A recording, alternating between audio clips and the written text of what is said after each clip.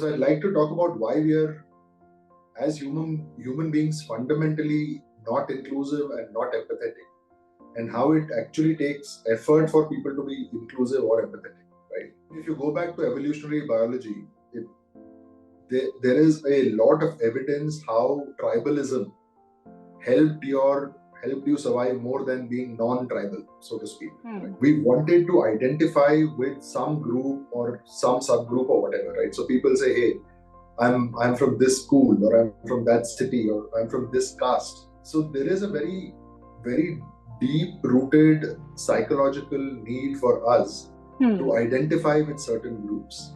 Right. To have that sense of identity, which means by definition, we exclude others. So when you want to identify with this small subgroup, what you're doing is you're saying, hey, I am this, which also means I'm not all of this. I'm only this. Why do I believe we are not fundamentally empathetic, right? As human beings, our primary need is self-preservation. Right? That till you are comfortable, happy, successful, healthy, etc., we're wired to not worry about anybody else. If you're thinking about yourself, by extension, that means you're not thinking about the other person. Especially people you're not connected to, don't care for, etc., etc. So empathy as well is not naturally existent in people. I mean, that's not our natural state, right? Because we operate in a society, we build an empathy to survive there. So I think what's very important is for each of us to recognize that, look, we're naturally not inclusive, we're naturally not empathetic. I mean, let's take a conservative and an honest view about ourselves. Right? Absolutely. And then say, okay, what do I need to do to genuinely be inclusive or to genuinely be empathetic? As versus just telling myself the story, hey, I am inclusive, I do have empathy, I'm an amazing person, blah, blah, blah. Right. Unfortunately, what happens in this process of people telling themselves stories which may not be real, is they have very little empathy left, especially for other fellow human beings that might be on the fringes of society, that are too far distant from yourself. When somebody is not subjected to any adversity, why would there be a need to, for them to rather think about, is there environment inclusive for everybody else, or is it empathetic enough for everybody else? So the question is why? Why are we even wanting to, create these two sentiments? So very good question, Manisha here. I think there's two reasons, right? The first reason is, look, we're very fortunate enough, we're really fortunate to be born as human beings, right? Whether you believe in the circle of life, rebirth, blah, blah, blah, or not.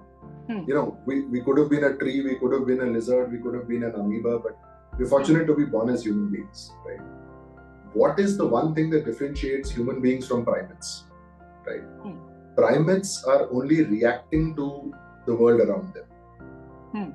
Human beings have the ability to reshape the world around them, and we are the only species that do. If it rains, we can build a shelter and live under a roof. Nobody else can, right? If a pandemic happens, we can find medicines and vaccines for it. When we refuse to do that, we're really wasting a blessing that we've been given. However, we've landed up here where we have an ability to impact people, nature, environment, everything around us. Absolutely. In some positive way. The second reason I feel is, and I believe in it, is the whole karmic life cycle. Right? Karma is real. It's very, very tempting to be purely self-centered and selfish and all of that, right? And a lot of people get by because of that. Absolutely. They have great careers, they have a lot of money, blah, blah, blah. And that gets to their head at some point. That very success, that very vanity is their downfall, where at some point they're not happy and they're not even able to figure out here, why am I so comfortable? Right? Why? Because suddenly, karma has started kicking in. I do believe that karma is real, where if you throw good out into the world with a good intention, not, hey, something good has to happen to me. You just do good and you leave it out there. Selflessly. Right? Selflessly, right? Either something good will happen with you or somebody you care about. You see prosperous people being grumpy and miserable all the time. Hmm. You see people who've not been blessed with a lot but are willing to share it. Right. Who are ecstatic about life. Right?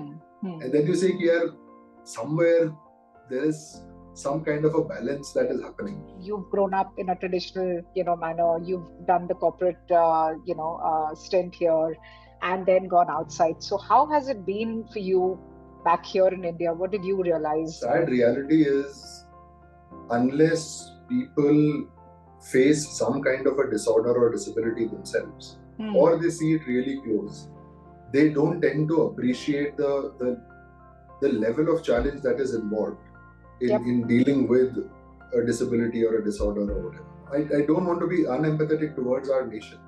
The reason our nation has historically not, the reason as a society we've not historically perhaps cared too much is because we grew up in a lot of dearth. There is a huge gap that needs to be filled, and there's no point not addressing the elephant in the room. So socially there's a huge gap. What gives me a bit of hope right now is I see kind of two mega trends, right? One, as prosperity is kicking in, as people get more comfortable financially, they start thinking of needs that might exist beyond their selfish needs. Right. Because you have this set of selfish needs, you have this much of prosperity, what do you do with the balance? Right. Second is, and this is not a political statement, Prime Minister Modi's efforts on the Divyang program, it's a small start. I mean, it's not just a tip of the iceberg, it's like a snowflake on the tip of the iceberg. Right. But it is still a good start in terms of normalizing, accepting and bringing in people that would otherwise have been outcasts from society. What the Divyang program is doing is at two levels, right? One is inculcating it at, introducing it into government programs, which is one. Second is the fact that somebody like the Prime Minister himself decides to prioritize this as an issue. And I think that's how social changes are brought about. Absolutely. Right? Because we're talking about 1 billion and a half people, these changes will take time to seep in. If I compare it to, say, 10 years ago, 20 years ago, 30 years ago, there are a lot of very positive changes which you see in society, in politics, in governance and in policy. But the question again is it to be left completely with the government, or the policymakers or the think tanks, there? Or, should all of us somewhere, in each of our ecosystems try to do things that bring about a little change? And as real and as painful as our individual issues are, the government is dealing with billions of those individuals, right? Yep. Let's say in our life, we might have one big issue we are dealing with and it's taking over our mental pie chart, so to speak, right? But a government or a corporate or anybody else has their own pie chart. True that.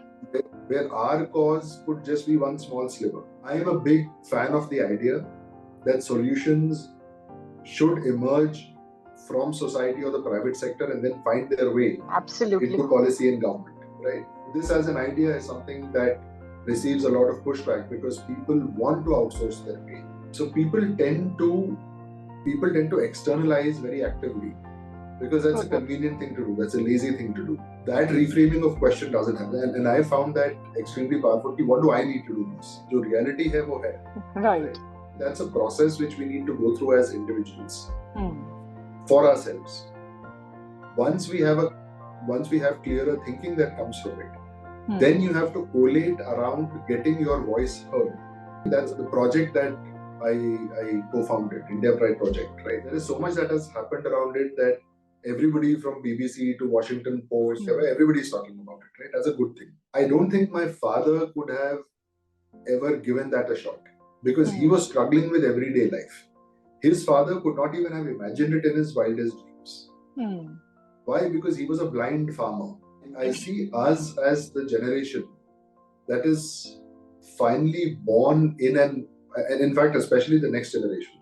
We're finally born in an era where there is education, health, prosperity, and this and that available. India Pride Project is a global initiative where we where we build the case that, listen, history belongs to its geography, right? Which is a line which my friend Ananda Shankar Jayant ji has given. And then I love it, right? It's a very simple idea. And what we do is build the case within India and outside of murtis and heritage objects or whatever taken from India forcibly, which are now in the UK or the US or Canada or like wherever all over the world. Right?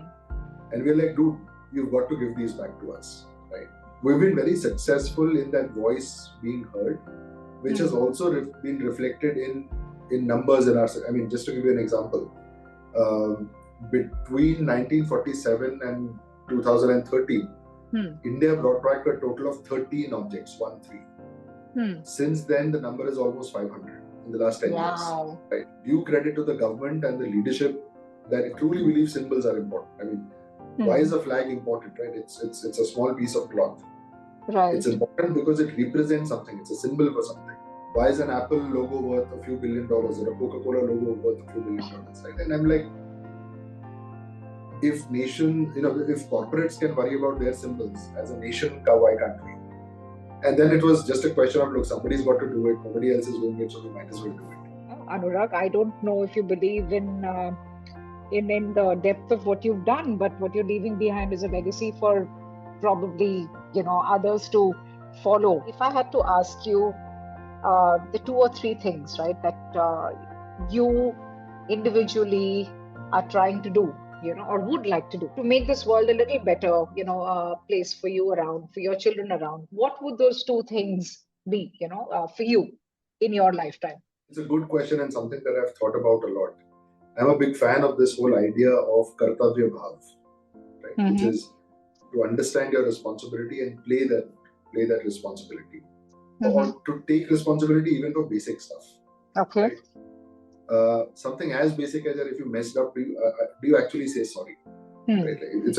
It starts from there and then it moves on to higher order taking of responsibility. It's a bottom-up change, right? It's a grassroots change, which then collectively really means a lot, right? So that's one. Second change I hope is, which I'm really working towards, is where we as a nation take pride in where we come from. While the rest of the world was, farming without shoes, we had universities and libraries. Also important for us to recognize why the world was very keen on coming to India and plundering it, right? Because there was something worth plundering to begin with. What I'd like to do is to build structures or institutions or processes so that people remember where we come from and start taking pride in where we come from. India Pride Project is just one of the ways I'm doing it. It's taking pride in our symbols, let's say, right? Recognizing where we come from, right? That will make a huge change to our collective self-confidence. And therefore, what we aim for, what we achieve, where we position ourselves in the world, what we ask for, what we're willing to live with. Half of living a good life is drawing boundaries on how you want to be treated or how you'll allow yourself to be treated. I think this is where the sense of ownership makes us do things, right? We all are trying to feel proud about who we are at the end of the day. SMA is a highly preventable disease. Way before you even conceive, a simple blood test is required to be done to figure out whether you're an SMA carrier or no. That's all it's going to take to reduce the population and the rate of incidence of the disease. Right? Imagine if you do not know, right, how to prevent a disease which is going to cost you crores for the rest of your lifetime. So somewhere we are not even close to that. It's just a few of us, and I can probably count the number of people who are talking about SMA awareness in the country. I don't think very many people understand what it is living with someone or caring with somebody that has any kind of a condition, mental, physical, whatever. I have begun to appreciate that more recently than I ever did in the past. I think it's important that we come together once in a while. We keep talking and sharing, because I got to learn wonderful things from you today. Why the society is not inclusive and why is there lack of empathy, right? These are all internal matters, so as to speak. Whereas you, on the other hand, is trying to get India included a little more in the world society.